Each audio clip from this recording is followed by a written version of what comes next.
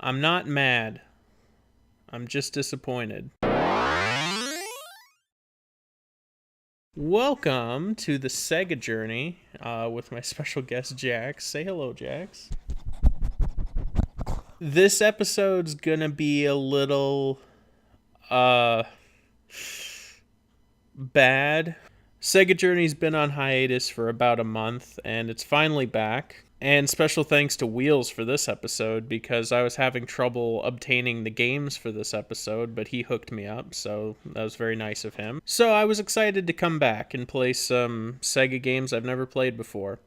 And I'm pleased to announce we've made it out of the year 1983. Welcome to the year 1984, everybody. And as I've reached a new year, I've started back at the top of my alphabetical list, which means I'm returning to the Champion Sports Series. Now, if you're familiar with this show, then you know the Champion games. They're some of the first games I played on the series, and I was kind of excited to revisit the series now that I've got a few episodes under my belt and I've got this whole new format and whatnot. So I've decided to even cheat with the chronology of my games a little bit, because there were 3 Champion Sports games left, 2 of which that came out in 1984 and 1 of which that came out in 1985. So I decided to play the 2 1984 games and tack the 1985 game on the end, just so I could have a bit of a themed episode. I thought that seemed pretty fun, as that's what games are supposed to be, right? Just a bit of fun.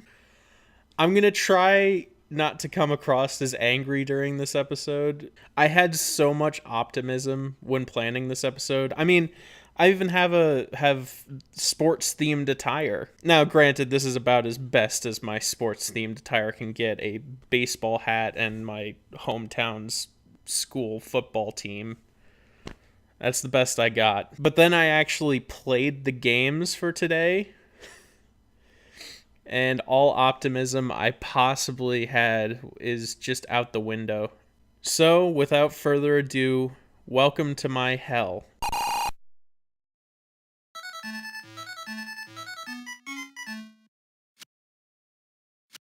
Our first game today is a little game called Champion Boxing. Now, a lot of the Champion Sports games have obvious NES competitors, and the obvious competitor to this would be Punch-Out! Punch-Out's the nearest example on the NES that I can think of, though it came out 3 years after Championship Boxing. So does it stand any kind of chance against Punch-Out? Absolutely not. Not at all.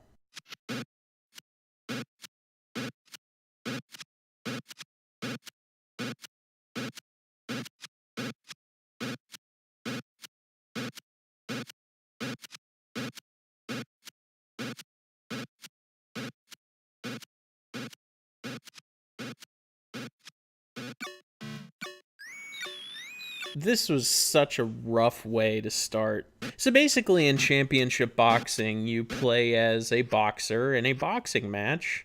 You can choose between 3 attacks: jab, straight, and upper.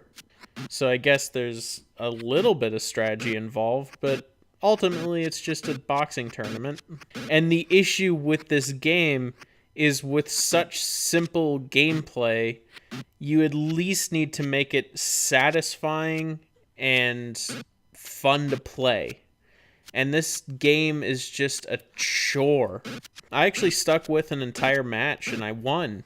But when I achieved victory, I wasn't happy because I was victorious. I was happy because I could stop playing this game. And it's like, it barely works on a technical level. The punches... Oh, I gotta turn that off. I'll be right back. A little change of camera angle there. The game barely works on a technical level. I'm never quite sure what's causing my punches to hit or miss. And as far as I can tell, the best way to win is to just lock your opponent into like a hit loop where you just keep spamming the hit button and they can't come back from it. So yeah, bad game, but I think I've played worse. Our next game's a soccer game. Fun fact, I used to be on a soccer team, so clearly this game should appeal to me. It is not a good sign when this noise is the first thing you're greeted with when you boot this game up. Ah! Ow! I'm not kidding, this game gave me a headache. This game is just the worst. It is so horrible to play. The sound is probably the worst of any game I've played so far, and I know I say that kind of thing a lot, but I mean no hyperbole here. Because at least the other games I've played so far haven't hurt me physically with the sound. And it's like one of 3 sound effects in the game. You're going to be hearing it a lot. And sound aside, the gameplay is pretty horrible too. It feels so awkward. You feel like you have so little control over what's actually happening. The camera never really quite gives you enough breathing room, and you never really know where the rest of your team is if the ball's coming towards your end of the court, which is definitely not a good thing. Half the time when I would try to do things, I just found the controls are so clunky that any maneuvering's practically impossible. It's a very, very primitive soccer game, and I understand the idea of progress. You have to start somewhere, and you have to improve from a basic idea. But we have improved. Therefore, this game can just be forgotten, because it belongs in a dumpster fire. This game genuinely upset me. I stuck with it just to see how it would end. And it was painful getting those 5 minutes out of the way. And when it was finally at its end, I was like, okay, I'm like 13 or 14 points down, but at least it's over and I can see what it's like when it's over. And then I realized it was just halftime.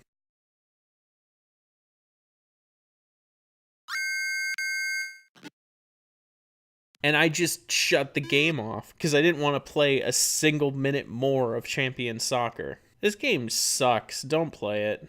On to our next game, Champion Pro Wrestling. How bad could it be?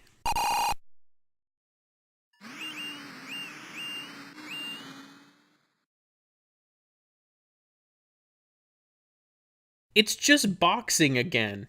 Some things were tweaked here and there, but it's very obviously basically the boxing game again, but kind of improved. And I say kind of mostly just because there are flashier animations. The gameplay has not improved in the slightest. In fact, if anything, it's gotten worse. Champion Boxing was more so about getting good punches in.